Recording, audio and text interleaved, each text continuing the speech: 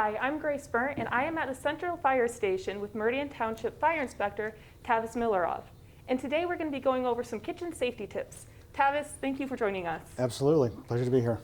So first off, would you just like to explain why it's important for us to be aware of these kitchen safety tips? Well, right now, October is Fire Safety Month. This year's theme for Fire Safety Month is kitchen fire safety. To date, we've had 88 fatalities in Michigan over the course of this year. And just in the last week alone, there were 44 fire deaths in the entire country, just for last week.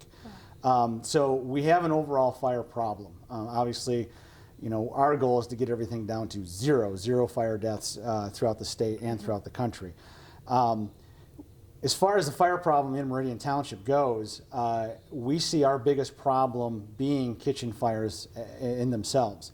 When Fire Safety Week kicked off 2 weeks ago, the first 2 days we had 2 kitchen fires right away. Yeah. So it's definitely our #1 thing out there, and so this year, especially with it being the theme for Fire Prevention Month, we wanted to make sure that we tell as many people as possible that kitchen fires are a big problem and get people aware of it and get people thinking about it. Yeah, that's a great thing to be aware of. So what are some fire hazards that people might overlook in the kitchen? So the biggest thing I would say fire hazard wise in the kitchen is kind of a twofold problem. #1 is just pay attention. People, it's a busy society, it's busy day to day, everybody's got a million things going on, and people just forget what they're doing, or they're trying to do too many things at once, and the kitchen, the cooking, or whatever gets away from them. I've got this perfect example that this just happened actually to my family here last weekend. This towel you see is singed, and my favorite mother-in-law had actually left this in the oven while she was prepping for my wife's birthday dinner over the weekend. No. Wow.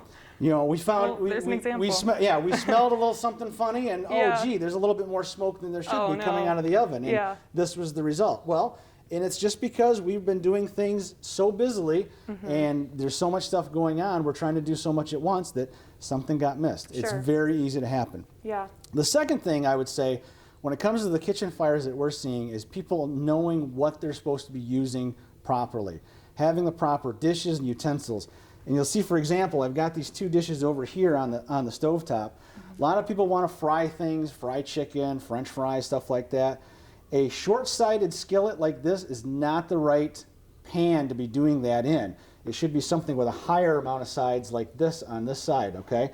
And of course, anytime you're cooking with anything in the kitchen, any kind of pot, pan, whatever, always have the lid available, because that right there and turning the heat off are the 2 single actions that can stop a fire in its tracks so simply that nobody ever does. Okay, yeah, good to know. I certainly didn't know that, so that's good right there. Absolutely. So what are some more practices or other practices that people can put into place to prevent any fires from happening? So what I like to tell people is having a couple things in your hand at all times when you're cooking.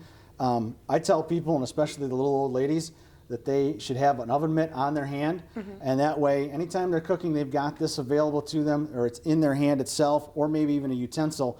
But when they go to do something else, like, oh, I'm going to go fold that basket of laundry, they got to put this down and actually take this off. Whereas, okay, wait a minute, no, I'm cooking something, I need to leave this on, and I need to pay attention to what I'm doing here in the kitchen. Great reminder.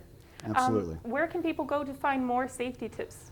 So there's lots and lots of information out there.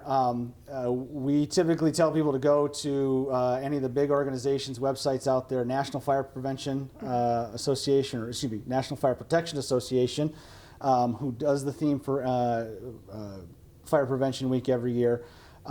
There's also information out there, the United States Fire Administration website. You can go to any kind of civic organizations. There's lots of stuff out there. Or call us here at the fire department. I'm happy to come out and talk to you, talk to your kids, talk to whoever, and give you more tips on how to be fire safe at home. Great. Well, thank you, Tavis. Thank you for your time. And thank you guys for tuning in for these kitchen safety tips.